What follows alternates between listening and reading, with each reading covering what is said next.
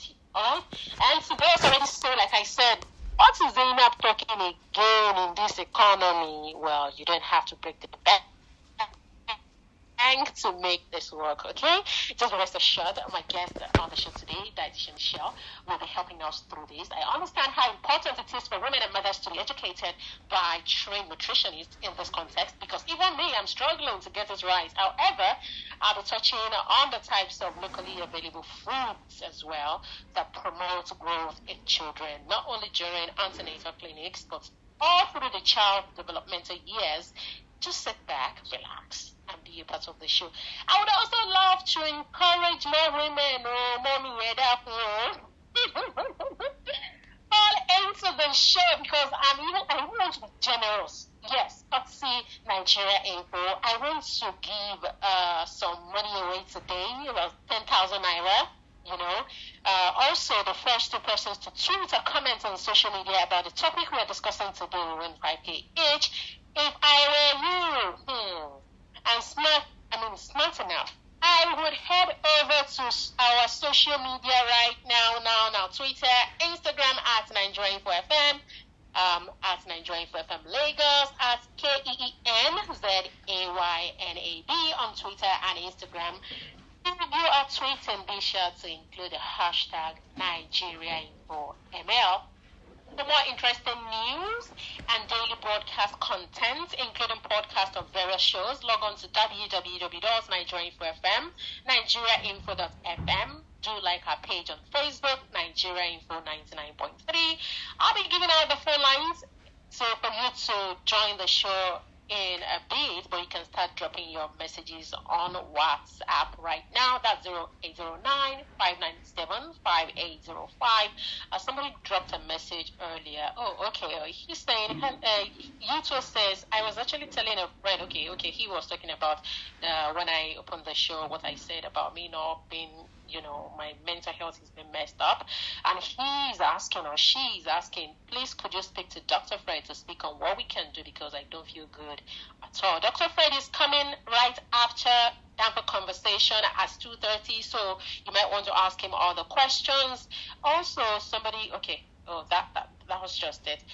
All right, so today I have dietitian Michelle, a registered dietitian, nutritionist, also a member of the Nutrition Society of Nigeria with over 10 years experience in practice and track records of training session on child feeding. Dietitian Michelle, are you there? Yes, I am, Zainab. Good afternoon. Good afternoon. Nice to have you join us on Maternity Line today. I'm happy to be here too. Hello, listeners. Right. Okay, dietitian Michelle, she's a seasoned professional in diet calculation and planning. She has authored several ebooks on weight loss, diabetes management, as well as, and several others. She holds certificates in diabetes care, University of Warwick, UK. Also, a older certificates in exercise prescription for the prevention and treatment of diseases, Trinity College, Dublin. She's a holder of several other certifications, and she's here today to speak to us on what we need to know as regards healthy dietary choices and feeding practices for kids. Of course, we'll be touching on school meal plan, particularly for preschoolers, as I said earlier on.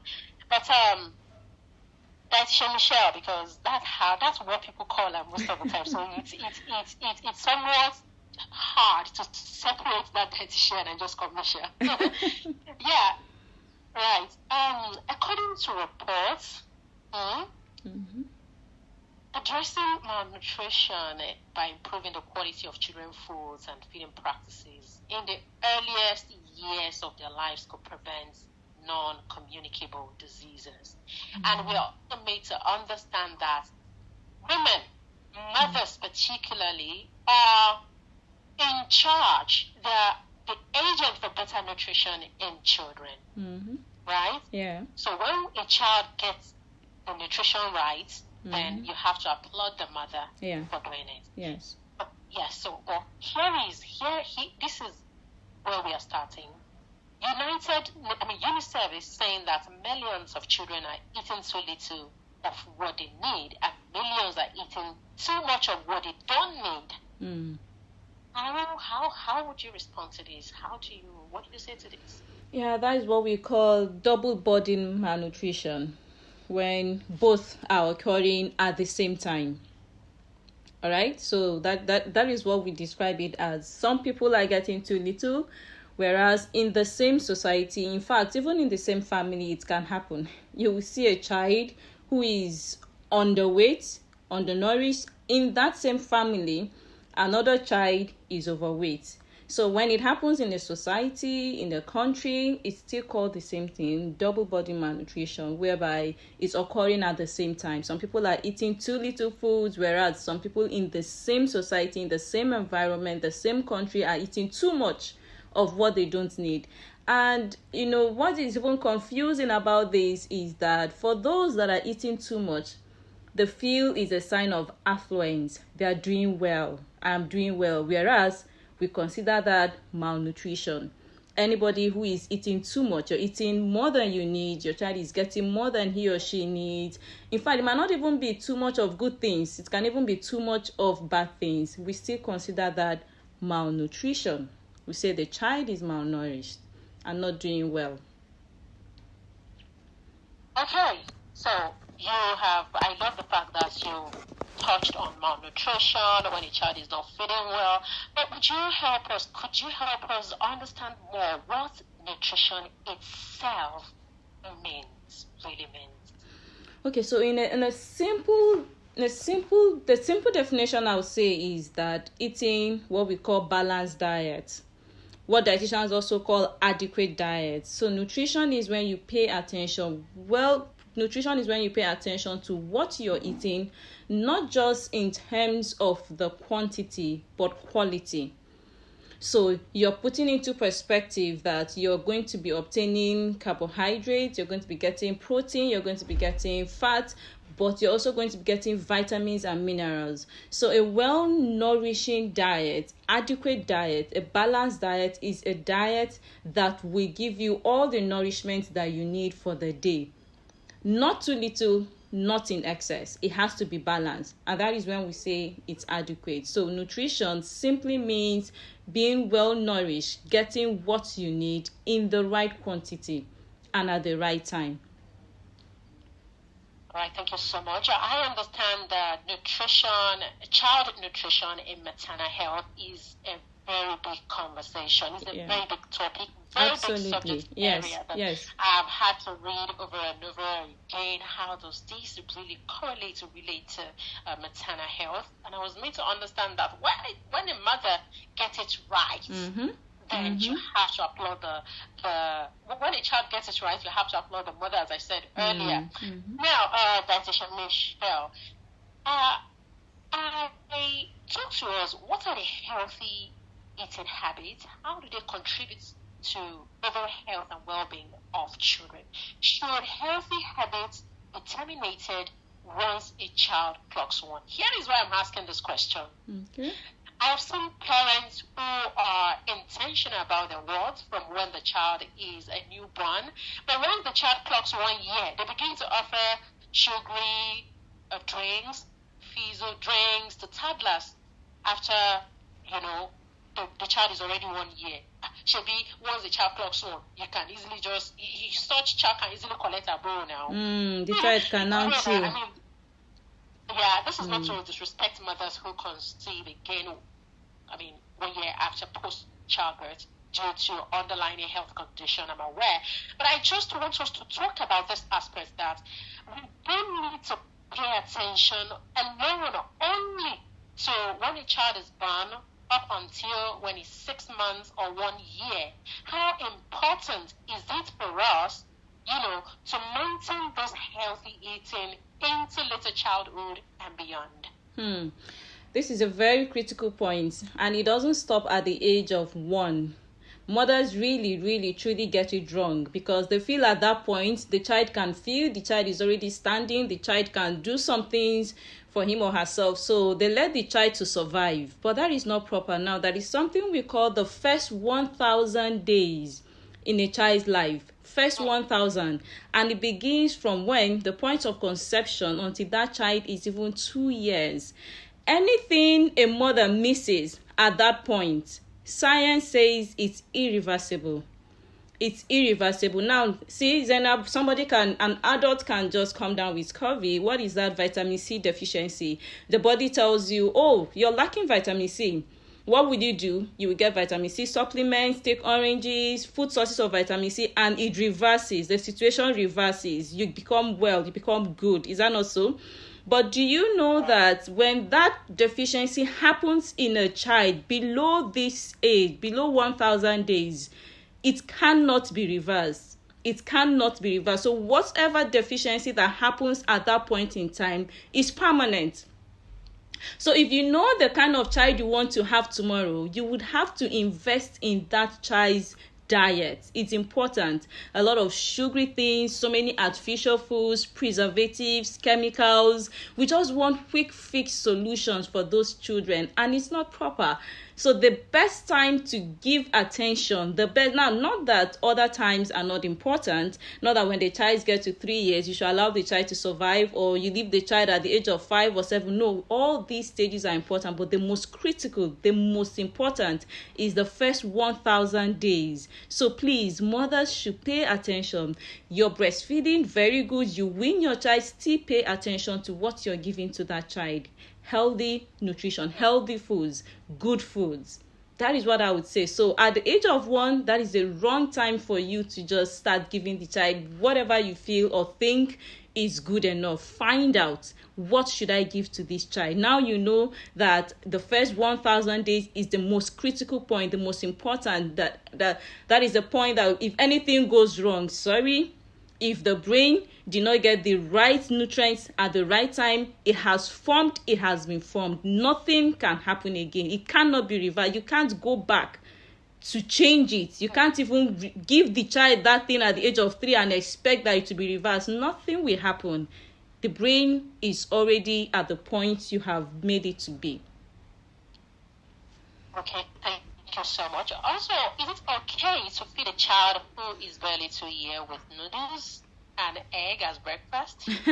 Noodles and egg, okay. Well, the egg is good, yes. The egg is good if the child does not have food allergies. If the child is not allergic to egg, yet it's a good source of protein. So for that, I would say yes. Then for noodles, I wouldn't say that you shouldn't give the child noodles at all. No. For me, I consider it something, the food that we should have available just for convenience. As much as possible, we should focus on giving children foods that are nourishing and not what dietitians call empty calories. What we call empty calories? You can just be eating something that would give you energy, but no vitamin, no mineral, no protein, no fiber, nothing else. So you're wasting your opportunity to be nourished. You're wasting the opportunity for you to give that child, wasting the opportunity to give the child nourishment, good foods, vitamins and minerals. You're just giving the child empty calories, energy to do what? What is the child going to do with the energy? So at this stage, you should focus more on giving the child wholesome diets, healthy foods. Now, this is what I would say about noodles. It's something that would say, okay, let's say, for instance, you go back home very late, and there is no time for you to prepare something healthy, nutritious, and the child is crying, the child is so hungry. That is a good time for you to just throw noodles into the pot and prepare for the child to eat. But to say that you will give the child breakfast, you have in your menu. When I plan my diets, even for mothers, when I plan diets in my family, I don't put noodles there. It's not there. It's not part of my diet plan. I don't include it in my diet plan. But if circumstances occur, something happens, and I'll have to prepare it, yes, that is understandable. So you can just see that, you have noodles in the house, but because it's not in your diet plan, you cook it maybe once in a month, sometimes once in 2 months, or you just forget.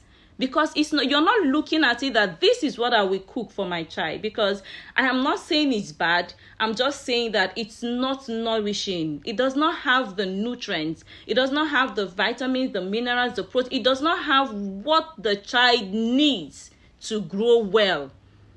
All right? So it's a convenient, it's fast food. And what should we do with fast food? Occasionally we eat them, not every day, not on daily basis. Thanks for that as well.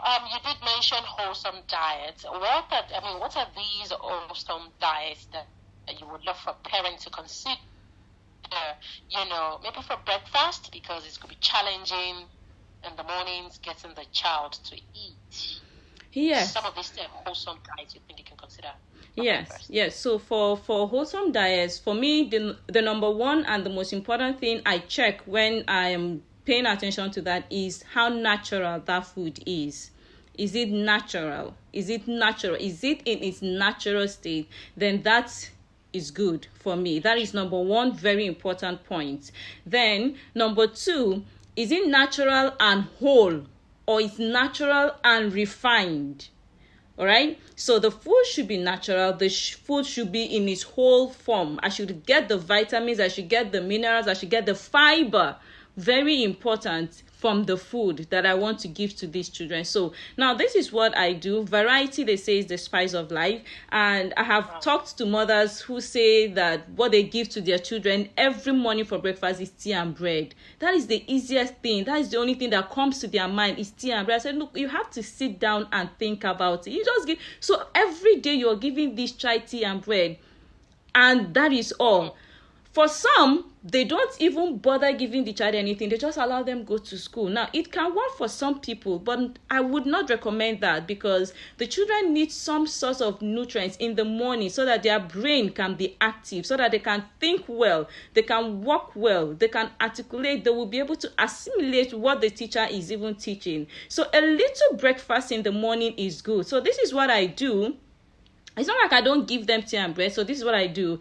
In the mornings, on Mondays, for instance, I can give them cereal, just small cereals, all right? Then on Tuesday, I can give them acha pudding. Have you heard about acha? It's a grain. Fonio. It's also called fonio. You know, I live in the north, so it's very easy for us to find this. In the morning, I can give them acha pudding. And do you know what? To make this acha pudding interesting, to make it interesting, because to make it interesting for children, do you know what I do? I can now slice bananas. I can just slice banana, put some cashew nuts or even granules, so that as you scoop, each bite has something interesting. And when uncles and aunties come around and they just drop chocolates and everything, I don't say, no, you can't eat that. It's going to kill you. No, I won't do that. I'll pack all the chocolates and keep and bring it out one at a time. Sometimes in that pudding, that is when I put it. So you see, you're making that food to be interesting. The child is taking something healthy, and you are in control of what the child is taking. So what have we done now? On Monday morning, they have taken cereals. On Tuesday morning, they have taken acha pudding. On Wednesday, it can now be guinea corn pap. All right, It can now be guinea corn pap. What all these things I'm mentioning are natural. Remember, on Thursday, it can now be there's another grain called finger millet, also known as tamba in the north. Finger millet, it's a very nutritious food, very healthy, and it's whole. So because of its color, we just call it chocolatey pap, and we all laugh about it. So when I make that one, sometimes I make it look very nice and interesting. And look, I'm not even giving them this breakfast. For instance, for pap, some people will start looking for, okay, where's the moi moi or where's the akara? There is no time. There's no time. Just give the child something light. There's going to be milk. There's going to be sugar. All right? Just something light for the child to take in. Because most times they eat their break food by 10 o'clock. Sometimes by 11. So by that 7 o'clock in the morning, you just want something light for the child to go. So before they even take tea and bread, it might not be once in a week. That is when it's featuring. You understand? So it's achievable. You just have to, even oats. Oats can be a good breakfast. Oat pudding. I needed to stay on that breakfast because it's one of the most important feeding, one of the most important meals of the day that must not be skipped, not even for adults. And this is one of the things that parents struggle with, you know, myself included. So it's a bit challenging. But while you were talking the other time, you did mention calorie, and luckily I have a question part somewhere in that regard. According to research, when calories count are low, children lack the energy needed for cognitive processing and less alert throughout the day. And then so I want us to talk about how high and low calories in a child's diet and how that affect classroom performances. You did touch on it, but you did not really dig so deep. Do you know what I mean? Yeah, the calorie requirement. You just basically talk to us about high and low calories and how does that impact classroom performances. I think I'm about to go on another break. Okay, I think no, not yet. Okay, I'm about to go on another break in 1 minute, but can you say anything in 1 minute? Yeah, for that calorie, it actually varies. It depends on the weight of the child. For an overweight child, you will not expect the child to eat the same amount of food as a child who is underweight or who has a normal body weight. So it varies. It cannot be the same. So for some children, they will do well on 1,000 calories, which you can break into breakfast, lunch, dinner, and snack.